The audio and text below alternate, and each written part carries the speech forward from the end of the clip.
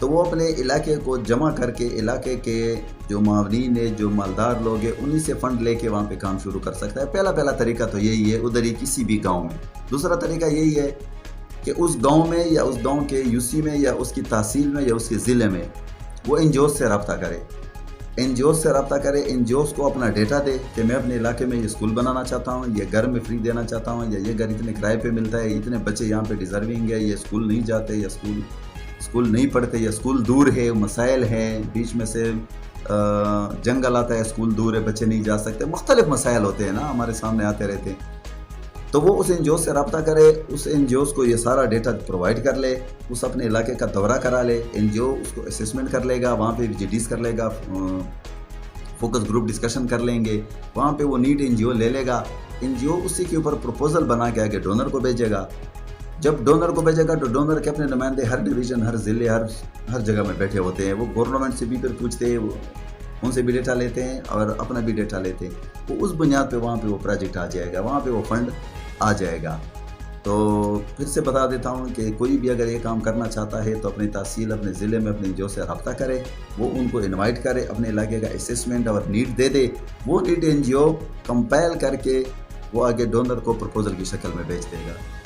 جی بہت شکریہ سر, آپ کا اسٹوڈیو میں آنے کا بہت شکریہ. نیشنل آرگنائزیشن کے پریزیڈنٹ ہمارے ساتھ موجود تھے. یہ ویلفیئر کے ساتھ کام کرتے ہیں, این جی اوز کے لیے کام کرتے ہیں, اور ہمارے اگر علاقے میں راولپنڈی کے ایریا میں ہی اگر کسی نے این جی اوز کے ساتھ کام کرنا ہے, اپنی ایک نیٹ ورک بنانا ہے, سر کے ساتھ کام کرنا چاہتے ہیں, این جی اوز کے ساتھ کام کرنا چاہتے ہیں, تو ان سے رابطہ کر سکتے ہیں. میں ڈسکرپشن میں بایو میں ان کا لنک بھی دے دوں گی, ان کا نمبر بھی دے دوں گی. اگر آپ نے ویلفیئر کے لیے کام کرنا ہے, اپنے ملک و قوم کی ترقی کے لیے کام کرنا چاہتے ہیں, لوگوں کے ویلفیئر کے لیے, ان کی مدد کے لیے کام کرنا چاہتے ہیں, تو رابطہ ضرور کیجیے گا. اور اب محبوب لون کو اجازت دیجیے. چینل 20